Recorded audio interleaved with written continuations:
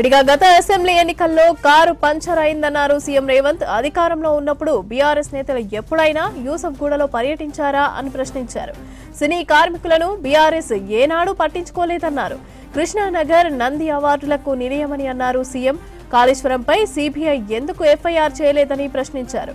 కేంద్రం ఎందుకు సీబీఐ విచారణకు ఇయ్యటం లేదో మోదీని కిషన్ రెడ్డి అడగాలని అన్నారు. ఇక జూబ్లీహిల్స్ లో కాంగ్రెస్ గెలుపుతోనే అభివృద్ధి జరుగుతుందని అన్నారు సీఎం రేవంత్ రెడ్డి. గట్టిగా ఫామ్ హౌస్ లో నిద్రపోతున్న వాళ్ళ గుండెలు ఎదరాలి. సరేనా? సరేనా? జై కాంగ్రెస్, జై జై కాంగ్రెస్. ధన్యవాదాలు మిత్రులారా. ఈనాడు జూబ్లీహిల్స్ శాసనసభ ఉప ఎన్నికల సందర్భంగా శ్రీమతి సోనియా గాంధీ, శ్రీ మల్లికార్జున్ ఖర్గే గారు, శ్రీ రాహుల్ గాంధీ మీ బిడ్డను మీ బస్తీలో మీ కళ్ళ ముందరనే పుట్టి పెరిగి ఇవాళ ఇంత వాడై నవీన్ యాదవ్గా కాంగ్రెస్ పార్టీ అభ్యర్థిగా ఈ ఉప ఎన్నికల్లో మీ ముందు నిలబడ్డాడు. వారిని గెలిపించడానికి కాంగ్రెస్ పార్టీ అధ్యక్షులు మహేష్ కుమార్ గౌడ్ గారు, అదేవిధంగా పెద్దలు సోదరులు ఉత్తమ్ కుమార్ రెడ్డి గారు, హైదరాబాద్ ఇన్ఛార్జ్ మినిస్టర్ పొన్నం ప్రభాకర్ గారు, కొత్తపల్లి కొడుకు అజారుద్దీన్ గారు ఈరోజు మీ ముందుకొచ్చి మీ మద్దతును అడగడానికి, కాంగ్రెస్ పార్టీని గెలిపించడానికి ఈరోజు యూసుఫ్గూడ చౌరస్తాలో వేలాది మంది మనం ఇక్కడ నిలబడి మాట్లాడుకుంటున్నాం. మిత్రులారా, ఈడున్న చాలా మందికి నవ యువకులకు ఒకవేళ తెలియకపోయినా వాళ్ళ తల్లిదండ్రులకు తెలుసు.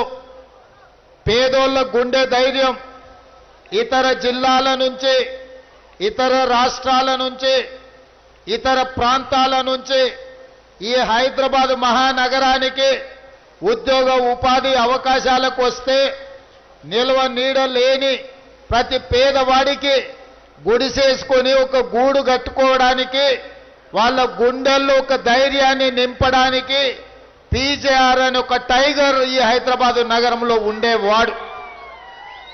ఆ పీజేఆర్ 2007 సంవత్సరంలో గుండె ఆగి మరణించినప్పుడు గతంలో ఉమ్మడి రాష్ట్రంలో ఒక సాంప్రదాయం ఉండే, ఎవరైనా శాసనసభ్యులు అకాల మరణం చెందితే వారి కుటుంబాలకే ఏకగ్రీవం చేసే సాంప్రదాయం ఉండే.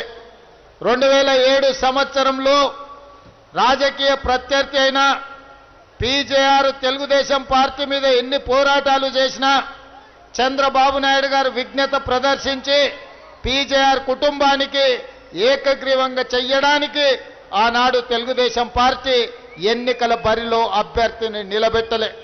ఏ రాజకీయ పార్టీ కూడా, చిన్న చితక పార్టీలే కాదు, స్వతంత్ర అభ్యర్థులు కూడా పీజేఆర్ మీద ఉన్న గౌరవంతో, పీజేఆర్ మీద ఉన్న అభిమానంతో ఎవరు ఎన్నికల్లో పోటీ చెయ్యలే. కానీ దురదృష్టవశాత్తు ఆనాడు పీజేఆర్ని అవమానించడమే కాదు, వారి కుటుంబం ఇంటి దగ్గరికి వెళ్ళి చంద్రశేఖరరావు గారిని కలవడానికి ప్రయత్నం చేస్తే గేటు ముందల ఎర్రటి ఎండలో 3 గంటలు పీజేఆర్ కుటుంబాన్ని సతీమణిని నించోబెట్టి అవమానించి కల్వకుంటనే వెనక్కి పంపించిన కల్వకుంట్ల చంద్రశేఖరరావు ఆ ఎన్నికల్లో పీజేఆర్ మీద పోటీ పెట్టాడు. కానీ ప్రజలు విఘ్నులు కాబట్టి ఆనాడు కేసీఆర్ను, బీఆర్ఎస్ పార్టీని బండకేసి కొట్టి బందబెట్టి పీజేఆర్ కుటుంబాన్ని ఆనాడు ఖైరతాబాద్లో గెలిపించారు. మరి ఈరోజు మాగంటి గోపి మరణించిండు, వారి సతీమణిని సానుభూతితోని మీరు ఎన్నికల్లో గెలిపించండి అని బీఆర్ఎస్ కు సంబంధించిన బిల్లా రంగాలు మీ గల్లీ గల్లీ తిరుగుతున్నారు. మొన్న జరిగిన శాసనసభ ఎన్నికల్లో వాళ్ళ కారు పంచర్ అయి ఇవాళ కార్ఖానకు పోయి ఎక్కడిదక్కడ టైర్లు ట్యూబులు ఇప్పి రాళ్ల మీద నించోబెడితే ఈరోజు బెంజు కారు దిగి ఈరోజు ఆటోల మీ దగ్గర తిరుగుతున్నారు. 10 ఏళ్ళు మున్సిపల్ మంత్రిగా, 10 ఏళ్ళు ముఖ్యమంత్రిగా మీరొక్కసారి ఆలోచన చేయండి. 3 సార్లు ఈ జూబ్లీ హిల్స్ లో బీఆర్ఎస్ ఎమ్మెల్యేని గెలిపించారు.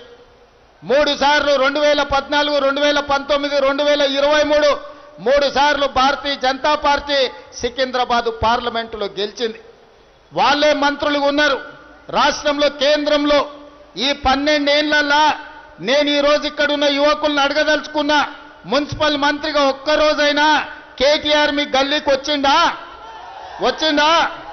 పోనీ కేసీఆర్ ముఖ్యమంత్రిగా మీ గల్లీకి వచ్చిండా? మీ యూసఫ్ గూడకు వచ్చిండా? మీ రహమత్ నగర్కి వచ్చిండా? మీ బోడబండకు వచ్చిండా? మీ సోమాజ్ గూడకు వచ్చిండా? మీ వెంగళరావు నగర్కి వచ్చిండా? మీ షేక్పేటకు వచ్చిండా?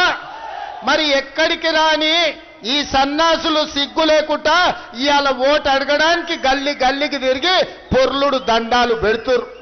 ఎందుకయ్యా అంటే మీ బిడ్డ నవీన్ యాదవ్ ఎన్నికల్లో నిలబడ్డాడు, ఎట్లయినా ఓడగొట్టాలి అని ఇవాళ నక్క చిత్తులతోని ఈ నక్కలన్నీ కూడా మేకతోలు కప్పుకొని మీ దగ్గరకు వస్తున్నాయి. 10 ఏళ్ళు ప్రభుత్వం ఉన్నప్పుడు యూసుఫ్ కూడా సమస్యలు పరిష్కరించనోళ్ళు, ముఖ్యంగా కృష్ణానగర్ అంటే ఆనాడు నంది అవార్డులు తెచ్చిన కృష్ణానగర్ ఈ రోజు ఆస్కార్ అవార్డులు తీసుకొస్తుంది.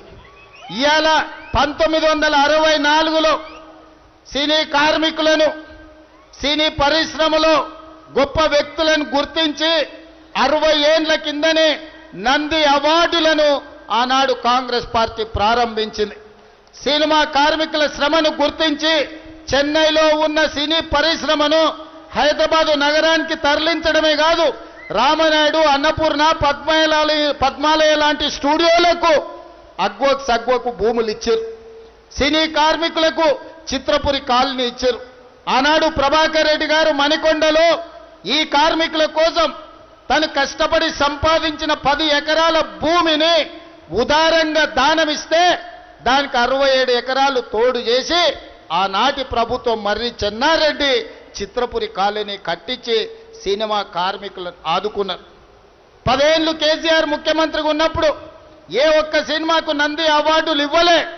కానీ కాంగ్రెస్ ప్రభుత్వం అధికారులకు వచ్చిన వెంటనే తెలంగాణ గుండె చప్పుడు, తెలంగాణ యుద్ధ నౌక గద్దర్ అన్న పేరు మీద గద్దర్ అవార్డులను ఇవాళ తెలంగాణ రాష్ట్ర ప్రభుత్వం ఇచ్చింది. సినీ కార్మికుల సమస్యలు ఏనాడు పట్టించుకోలే. కృష్ణానగర్ అండర్ గ్రౌండ్ డ్రైనేజ్ గురించి ఏనాడు మాట్లాడలే. వాళ్ళ పిల్లల చదువుల గురించి, వాళ్ళ పిల్లల బతుకుల గురించి, సినిమా కార్మికుల జీవిత బీమా గురించి ఏ రోజు కూడా కేటీఆర్ మాట్లాడలే. కేటీఆర్ గారు మాత్రం సినిమా హీరోల గెస్ట్ హౌజుల్లో హీరోలతోని కలిసి తిరిగిండు తప్ప ఎన్నడన్నా ఈ సినిమా కార్మికులను కలవడానికి వచ్చిండా? మీరు ఒక్కసారి ఆలోచన చెయ్యండి. కానీ నేను సినిమా కార్మికులను, సంఘాలను, 24 క్రాఫ్ట్స్ అన్ని సంఘాలను పిలిచి నా ఇంట్లో కూర్చోబెట్టి మీ సమస్యలు ఏంటివి మా ప్రభుత్వం పరిష్కరిస్తుందని చెప్పినాం. ఆ తర్వాత అభిమానం కొద్ది మీరు సమావేశం పెడితే మీ దగ్గరకు వచ్చి మాట్లాడిన.